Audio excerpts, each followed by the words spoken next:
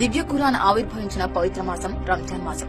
అలా రక్షణ, కరుణ పొందాలన్న ఆశయంతో ప్రపంచవ్యాప్తంగా ముస్లింలు ఈ మాసమంతా ఎంతో నిష్ఠగా ఉపవాసాలు ఉంటారు. రంజాన్ అంటేనే రోజా ఉపవాసాలు, జకాత్, ఫిత్రా దానాలు, ఆత్మీయత, సూరత్ భావాలు నిండిన ఇఫ్తార్ విందులు.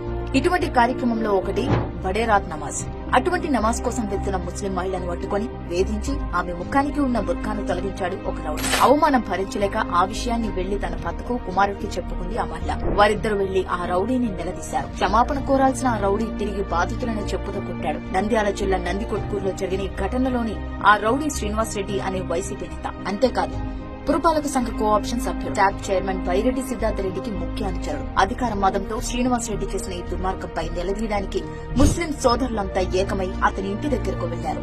వెంటనే పోలీసులు వాలిపోయి నిందితుడిని అరెస్టు చేసినట్టు ఉత్తుత్తి నాటకమాడారు. ఎఫ్ఐఆర్ నమోదు చేశామంటూ కాపీ చూపించారు. కానీ ఇంతవరకు శ్రీనివాస్ రెడ్డిని అరెస్టు చేయలేదు. ఇంత జరిగిన జగన్ ఈ ఘటనపై కనీసం స్పందించలేదు. ఇది రాష్ట్రంలో ముస్లిం మైనార్టీల పరిస్థితి.